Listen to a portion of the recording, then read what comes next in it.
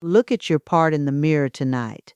That little stretch of scalp that got a touch wider this year, the crown that does not fill in the way it used to, the hair you find in the comb that you have stopped counting. There is a rinse that thickened all of that for women older than you and me, and it costs about $3 to make a month of it in your own kitchen. The same thing sits on a store shelf right now in a pretty bottle for 40.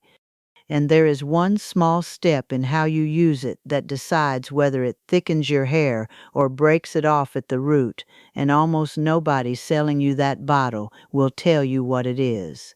So stay with me. I do not care if you have relaxed for 40 years and think the damage is done. I do not care if your crown started thinning back in your 50s and you made your peace with it.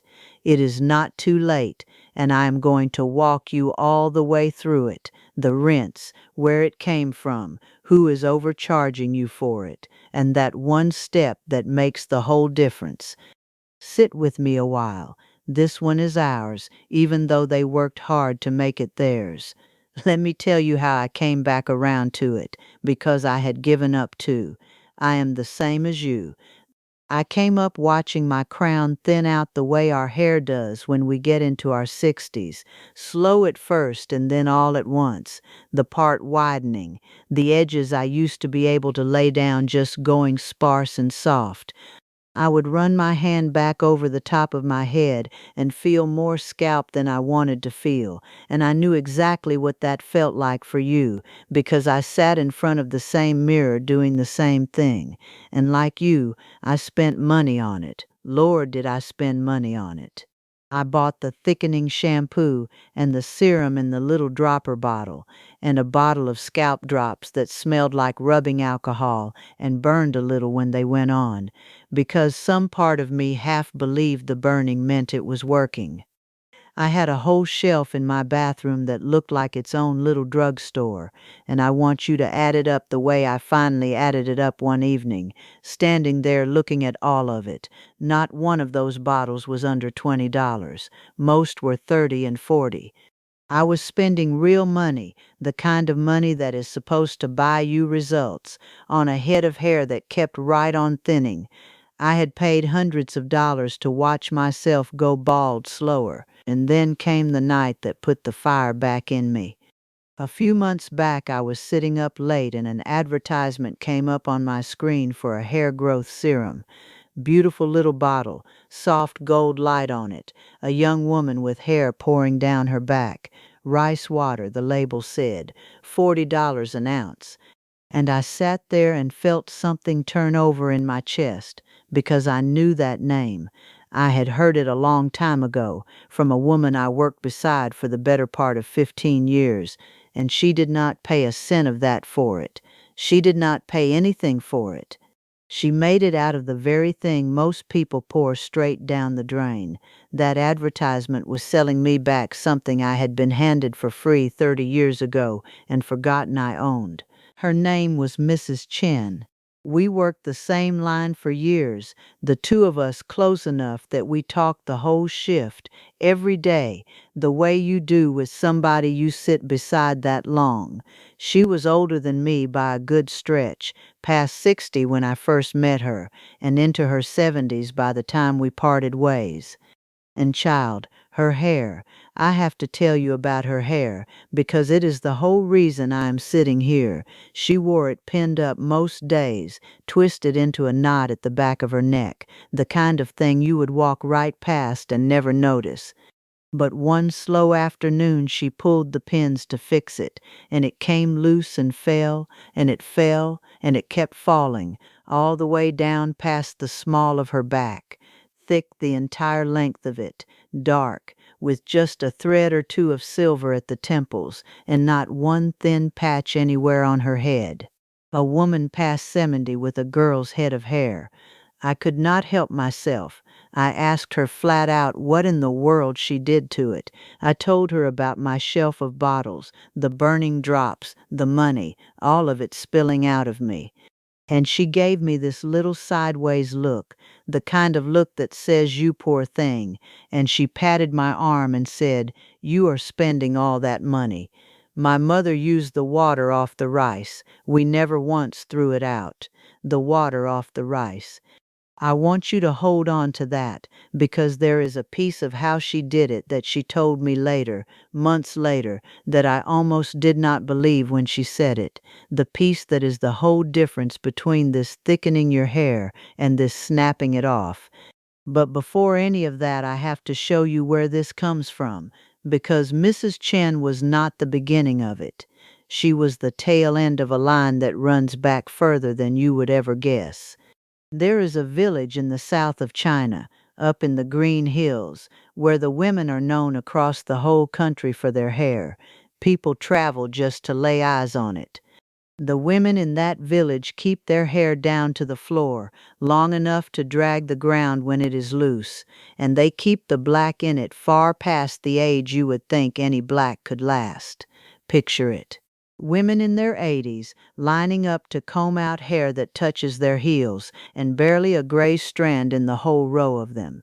And when the visitors ask them how, what is the secret, they do not reach for a jar. There is no jar. They walk you over to where they cook, and they show you the bowl of cloudy water left from rinsing and cooking the day's rice, the water that has been sitting out going a little sour, and they say, "That. We wash our hair in that." Their grandmothers did it, and their grandmothers before them, back past anybody's counting. Now you might say one far-off village in the hills does not prove a thing to you, so cross the whole sea over to Japan, where they never heard of that village, and go back more than 1,000 years, to the time of the royal court, when the noble women there wore their hair longer than they stood tall, so long it pooled on the floor behind them like a spill of black water when they knelt. They had a whole ritual for the care of it, and at the heart of that ritual was the same humble thing: water from the rice. Two peoples on two sides of an ocean, who never met, never traded a single word, both reaching into the same kitchen pot and pulling out the same answer. That is how you know a thing is true and not a fashion. When it turns up in two places that had no possible way of telling each other. So no, baby, this was not dreamed up in a laboratory in the last 10 years by the company charging you $40 an ounce. This is older than that company. It goes back further than this country. It was old before the English language we are speaking ever existed. Women have been pouring rice water over their heads since before anybody thought to write a word of it down. The bottle on the shelf is the brand new thing in this story. The rinse is the ancient thing. You keep that straight in your mind, because a whole lot of money has been spent getting you to believe it the other way around. Now, why does it work?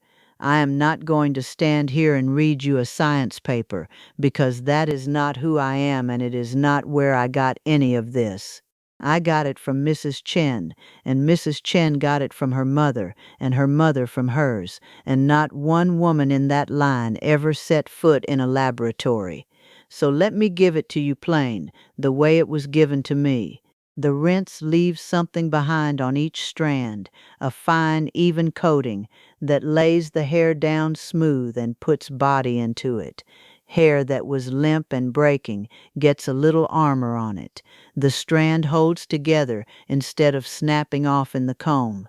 It feels thicker because each single hair is a little stronger and a little fuller, and once the breaking slows down, the hair you already have gets to stay on your head long enough to actually grow. The women who keep this up have the hair to show for it, floor length and dark at 80. That is all the proof I have ever needed, and after tonight it is going to be all the proof you need, because you are going to watch it happen on your own head.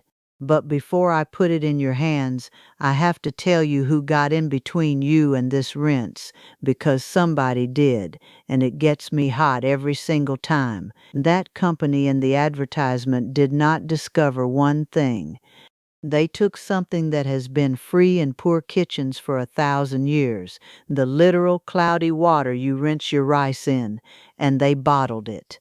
They poured it into glass, stamped a name on it with the word growth in it, drew a soft, pretty label, and they sell it back to you and me for $40 an ounce. You cannot patent rice water. No company on this earth owns the water off the rice. So whatever they are selling you, it is not the rinse itself, because that part has always been free. What they are selling you is the glass and the story, and they charge you for it like it came out of a pharmacy. And do not think for a second it is some accident that this got buried while we were not looking. Think back on what they did put in our hands instead. The whole time those women on the other side of the world were rinsing their hair with rice water and growing it to the floor, what was stacked up in every drugstore aisle in our neighborhoods, the relaxer, the creamy crack, we used to call it, and we would laugh saying it, but Lord, it was not funny. They sold us a chemical that straightened the hair by breaking the hair down, and a great many of us are sitting here right now with thin edges and tender spots on our scalps to show for 30 and 40 years of it. They took our money on the way in, selling us the very thing that thinned us out. And now here they come strolling back around on the way out, selling us a bottle to fix what their chemical helped tear up. They got us coming and going, both directions, money in our pocket and money out. And the real fix, the cheap old rinse that two grandmothers on two continents both knew by heart, that one they let us forget for free. Let me put you in the aisle, because you know this aisle. You have stood in it. It is the one in the back with our faces on the boxes, the ethnic aisle, they so kindly named it. Half the good stuff in it is up behind a locked plastic case, like you might run off with a jar of edge control, so you have to stand there and wait and find somebody with a key while a teenager watches you on the camera, and the price is on that shelf. We have always paid more for less, the formula nobody else wanted, at the markup nobody else would stand for, and the one thing on God's green earth that actually would have helped your thinning crown, the $3 rinse, it never made it onto that shelf at all, not once. Because you tell me, how do you mark up water? You cannot. There is no profit in walking a black woman over to her own rice pot and telling her the answer was in there the whole time. There is a world of profit in telling her the answer is $40 and comes in a pretty bottle, and so that is the answer she got handed, over and over, for 50 years.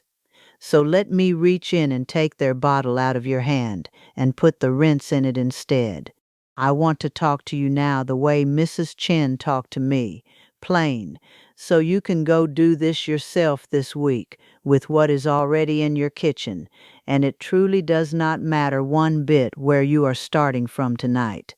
A thin crown, a wide part, 40 years of relaxer behind you, more scalp than hair in that mirror, and half a mind that it is too late. None of that puts you outside this. You start this week, and you do not need a single thing you do not already own. Here is the rinse. You take plain white rice, about half a cup of it, the very same rice you would cook for your dinner. You rinse it once under the tap to knock the dust off, and you pour that first water out. Then you put the rice in a bowl with 2 to 3 cups of clean water, and you let it sit. Now if you want it gentle, you let it soak about 30 minutes. You swirl it around with your hand until the water turns cloudy and milky, and then you strain the rice back out, and you keep the water. That cloudy water is your rinse. That is all of it. That right there is what sits inside the $40 bottle. But if you want it the way the women in that village do it, the stronger way, you do not stop at 30 minutes. You let that bowl sit out on your counter a full day, sometimes two, until it turns and gives off a sour, tangy little smell. That souring is the fermenting, and that fermented version is the one those floor-length women swear by. It is stronger. It can be too strong, and too strong is exactly where this turns on most women who try it. You use it like this. You wash your hair the way you always do, your regular shampoo first. Then, before you finish up, you pour the rice water slow over your scalp and on down the whole length, and you work it in gentle with your fingertips, right down to the very ends. You let it sit on your hair a few minutes, 10 at the most. And then, now listen close, you rinse it back out with cool water. You do not leave it sitting in there. You rinse it out, you follow with your conditioner the same as always, and you are done. A couple dollars of rice makes you a whole month of this. Set that against a $40 bottle that runs out in 3 weeks. You do this, and you have walked yourself clean off their meter. How often? This is where you have to hold steady and not get greedy. Once a week.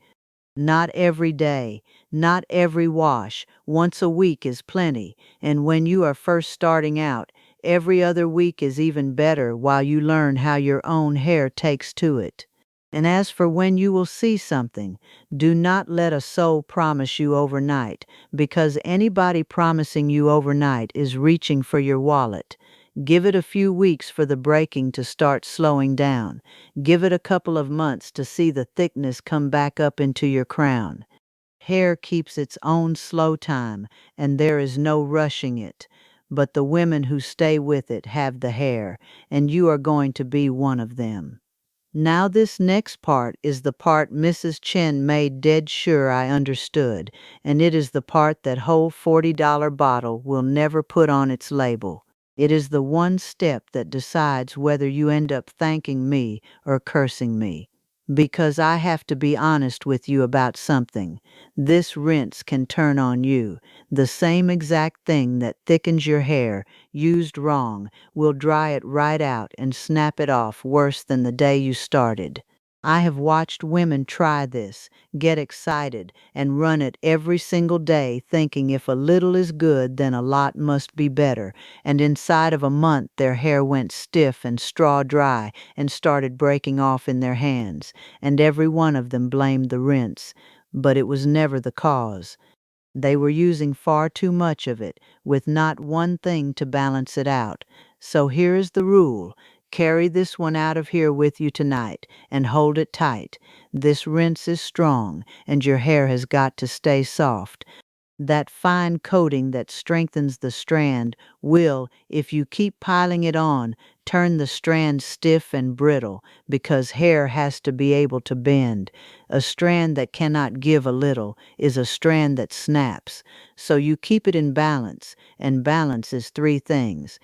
Write them on the back of your hand if that is what it takes.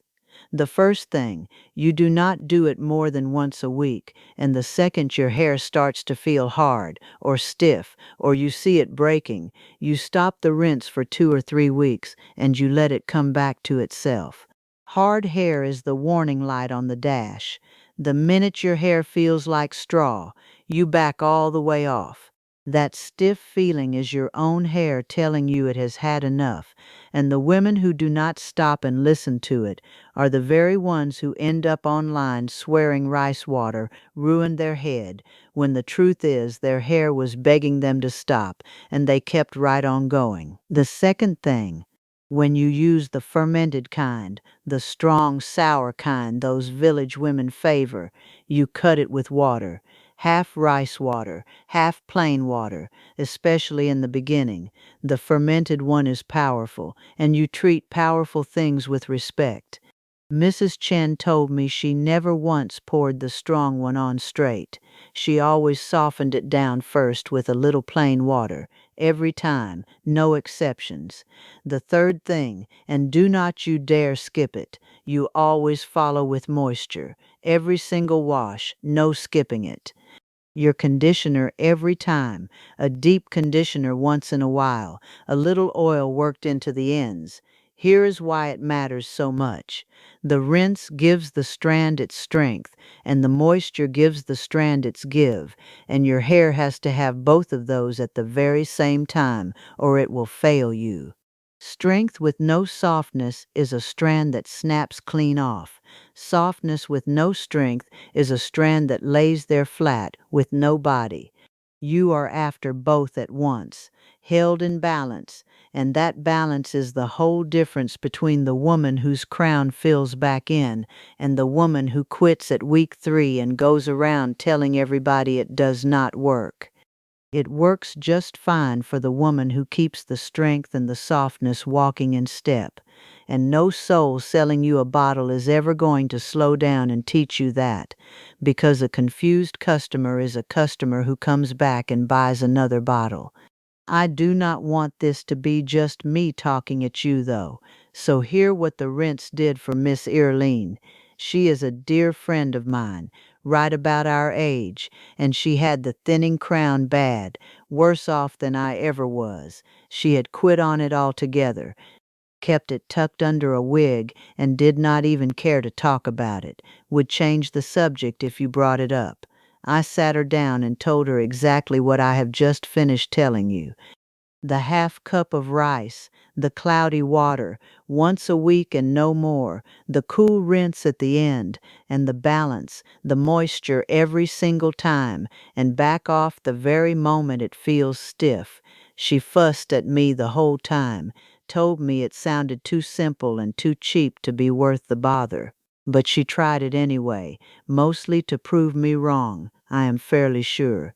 By the second month she called me up, and her voice had changed. The shedding had slowed way down, she said. The comb was not coming away full of hair any more.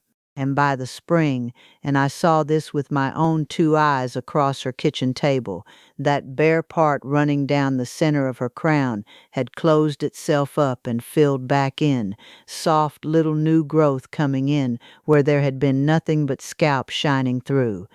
She does not bother with the wig around the house now. She did all of that with a bag of rice and a little patience, not $40. 3. There is one last truth in this, and it is the one that took me the longest to say out loud. This was never lost knowledge, baby. Somebody took it. And there is a world of difference between those 2 words. Lost means it just slipped through somebody's fingers and there is nobody to blame for it. Taken means a person profited off of you not having it anymore. The women in that village never lost it. Neither did Mrs. Chen. Her mother handed it down to her over a rice pot, the very same way my own grandmother handed me the jar of grease and the hot comb on a Sunday afternoon in her kitchen, the very same way your grandmother handed you whatever it was she knew. On their end that chain held. It was our end that got cut, and cut on purpose, inside our own lifetime, by people who looked at a free rinse a poor woman could make out of her own supper and saw nothing but $40 a bottle, and a customer who did not know any better yet. You were the one they were counting on not to know. You were the one who was supposed to keep on buying the bottle, keep on paying that markup in the locked-up aisle, keep on believing the real answer was always just one more expensive thing you had not tried yet. And tonight, you know better. The rinse is $3, older than the company that puts it in glass, and you can name the one step that makes the whole thing work instead of backfire. They cannot sell you back a thing you already have sitting in your own kitchen cabinet. So before you go, do one small thing for me. Tell me down in the comments the one thing your own grandmother swore by, the remedy she kept that the stores never did sell. I read every one of them, and honest truth, half the videos I make start from something one of you remembered out loud. And if you are one of us, one of the women who never did quite swallow that the expensive answer was the real one, who always had a quiet feeling down in her that the old ways worked better than the new ones they kept selling, then you belong right here in this circle with me. subscribe, and stay close, because there is so much more they buried that I am steady pulling back up out of the ground, and I do not want you to miss one single piece of what already belongs to you. This knowledge kept us beautiful for generations before a soul ever thought to put it in a bottle. And for as long as you stay right here with me, you are going to keep getting it handed back to you, free, the way it was always meant to come. Now go on and make your rinse this week. Your crown is not finished, and neither, baby, are you.